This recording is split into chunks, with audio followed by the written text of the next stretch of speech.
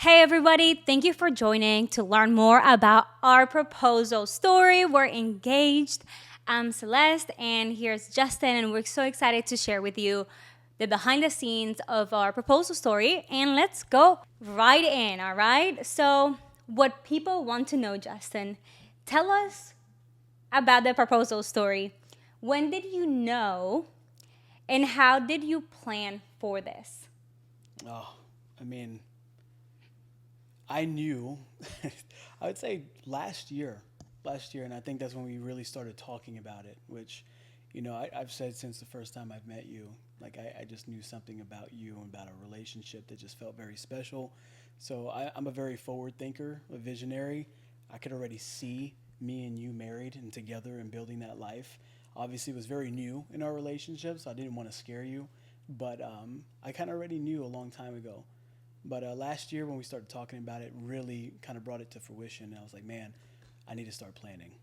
So 2025 comes along, and at the beginning, I was like, how am I going to do it? I had this great idea that our first date, which was in Miami, you were wearing that yellow dress I love, and there was a restaurant, a Latin restaurant there. I cannot remember the name of it, but I know exactly where it's at in the Westin Hotel, where we had our first date. And I Right thought across the beach, right right? across the beach in Fort Lauderdale. Yeah. And I knew that if I could just maybe reenact the whole scene, right, I could bring you back, and then I could have the family and friends gradually come in and kind of get seated around us. I think it would, create something special, and then you would be like, "Why is everybody here that we know?" And then boom, I would do it. So So that was the first option that it did was not happen, did not but happen that way. that's so sweet. Honestly, that's such a good I idea. was very excited about that idea. I really was. So Plan B, come along. Plan B, okay. Plan B, come along. Plan B wasn't so bad if you guys saw the pictures and the videos. So Yes. let's hear about how Plan B came So along. Plan B obviously was going to be here in Nashville, but I had to figure out how can I get all the friends and some of the family in, if possible, all at the same time, and pull this off. Mission impossible. Everyone has their own schedule, things that they're doing. I mean, your mother was in Peru during the time. You had friends that were in Costa Rica that you grew up with in New Jersey. And it wasn't going to pan out the way I wanted it to, but I knew I could still make it special. Having more, most of our local friends here that we built relationships with. And, I had to figure out how do I plan this without Celeste knowing I'm planning this and dealing with this surgery that I just had. And I'm not supposed to be up and moving, but I have to make sure this goes as planned. So one of our good friends, another Jersey individual that I met through Celeste, Dylan, he really helped me out. Like he deserves the world too, because he helped me pull this off. Before you go into the details, like how did it happen, and then go back. So how was the proposal? The proposal was here in downtown Nashville. It was on a rooftop at our friend Dylan's building. So it was at night, and the skyline looked so amazing. Justyn hired a team with the "Marry Me" letters. They decorated it so beautifully. So that's where Dylan comes in and how he helped things happen. And it was stunning. But okay, tell us about how you went about doing it at Friendsgiving. Yes. So the idea I thought of, I was like, and I brought it up to Dylan. I was like, Dylan, I'm gonna need your help with this. And I'm thinking, what if we host a Friendsgiving, right? I need you to be the host. You and Celeste make this be like this is your idea, and we want to do this together. And then that gives us, pretty much the reason to invite everyone that could possibly be there to, experience it with us. And I will take care of all the decor and setting everything up and making sure that's done. I just need you to take care of inviting the people, making sure we have a day and a time, and that's it. And just kind of distract her if we can. Yeah. And that's kind of how it all transpired in a sense. Obviously, things that you plan don't always go exactly how you plan them. So there was some turbulence that I had to maneuver around and figure it out on the fly, but it ended up working out. Yeah, it was so amazing, guys. He did so good. So the Friendsgiving part, we started talking about that in October Right now, it is November 2025. It just happened a few days ago. And I do a lot of events for my book club community. So I remember being so busy with Halloween and doing that. So we kind of ended up hosting Thanksgiving and sending out the invitations like right at the beginning of November. So it was, Justyn was like, okay, everybody, why haven't you guys invited everybody? Let's go. Let's make it happen. Yes. But anyways, like he said, I was like, okay, I'm hosting this. Dylan's hosting this. Justyn invited friends, and we were all hosting this. I even made a banner for the Friendsgiving where I was like, hosted by Dylan, Celeste, and Justyn. So it definitely felt like, okay, I'm throwing another event, and that's where my energy was going. Yeah, for sure. And, at the beginning, as the day of, like, we're getting everything set. Sorry, Joanna, but I have to. Joanna was supposed to be the individual that distracted Celeste on the day of. And something happened with the flight, and she wasn't able to fly in on time. So I had to pivot. So I had to get another friend that could help kind of distract her through that, but that didn't pan out. And I'm like, man, how do I figure this out? And I'm trying to leave like 2 hours early. And Celeste is like, why are you leaving early? Wait for me. I'll be ready in like 15 minutes. I'm like, no, just stay here. I need to go take care of something. And Dylan also helped out and sent a text in our group message. Was like, hey, I need him to watch the turkeys. So, yeah. Which one of them ended up getting burnt. So that if you figured that out, I messed that up. Yes. But I remember it worked out because usually whenever I'm throwing an event, I have a habit of getting there early, of course, as the host to welcome everybody. But the good thing that we did was the night before, I did some of the prep, and that morning we went over to do some prep. So I was feeling confident. I was feeling good that things were already decorated and for the Friendsgiving. So that allowed me to be like, okay, babe, you go. I'll just take my time getting ready because there's no rush for me to get there extra early since the decoration is over with. All right, let's go to the next question. Justyn, what were you most nervous about during this experience? I just wanted everything to be perfect for you. And, like I mentioned, having a plan doesn't always go as planned. So I had to, pivot a few times and figure it out. And what were those examples? Dylan, he'd come in and he was like, hey, I need Justyn to watch the turkey for me, which gave me a reason to go over there without you questioning it. Dylan letting the photographer and the videographer in, while letting everybody else in at the same time. And you were with him when he was doing that, and you had no idea. Oh, wow. They were coming up. So he really helped out with that and making sure that everyone come out at the right time, so like we could kick it off. And then, all of that without Dylan probably does not happen the way it does. And, that's what made me really nervous is, giving that responsibility to someone else and hoping that it goes as planned. But it did. And Dylan rocked it. And, that was probably what made me most nervous. Yeah. Oh, okay. Well, it went great. And you pulled it off. I love the way that the proposal went about. It was the perfect time of day.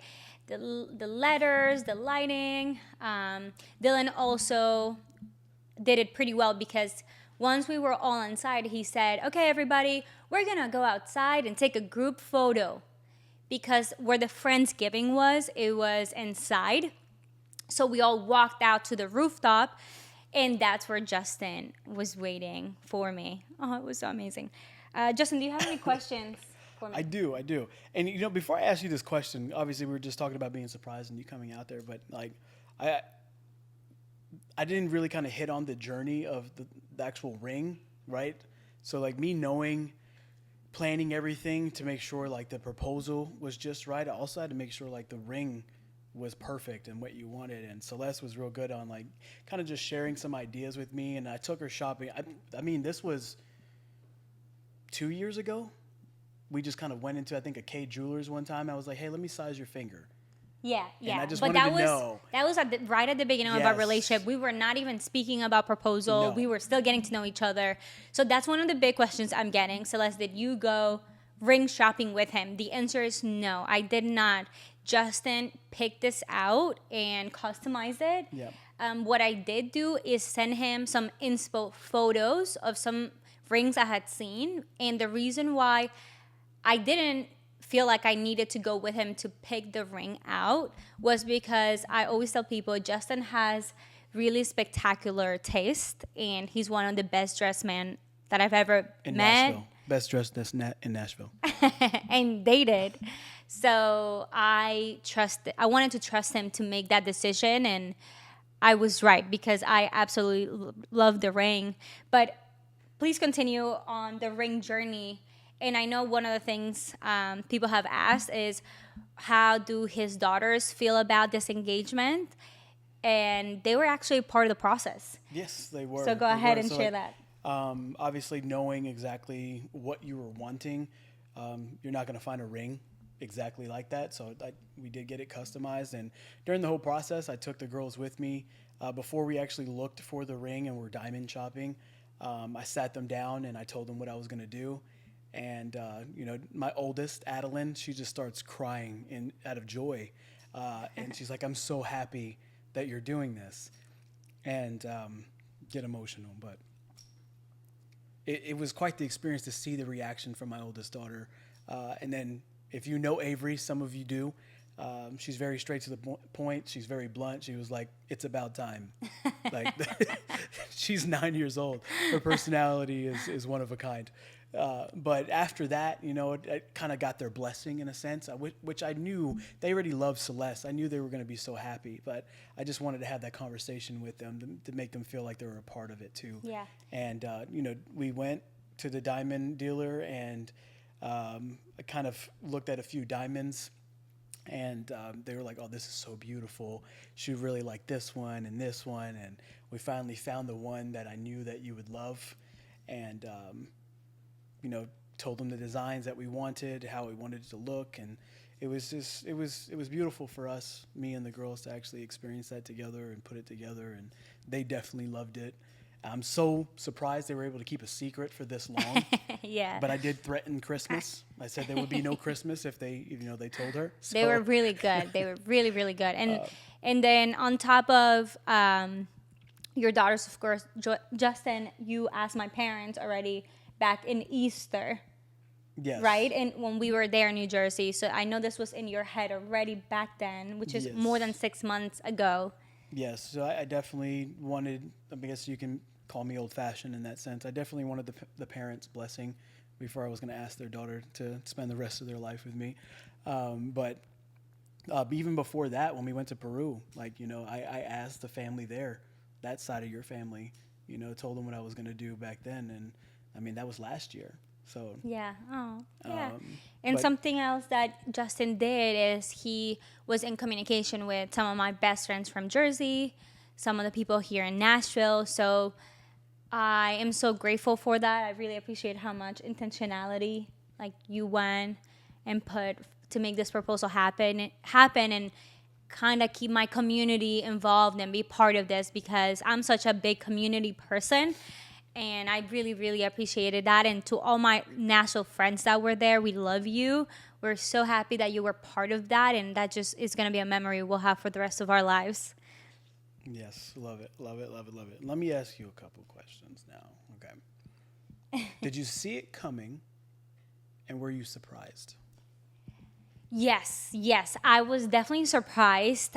Like I said, we had spoken about it earlier that year. So I knew it was coming at some point this year, but I didn't know exactly when. And I tried my best to not look for clues or try to be too nosy.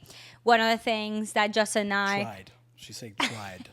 I didn't. I really didn't know how it was going to happen.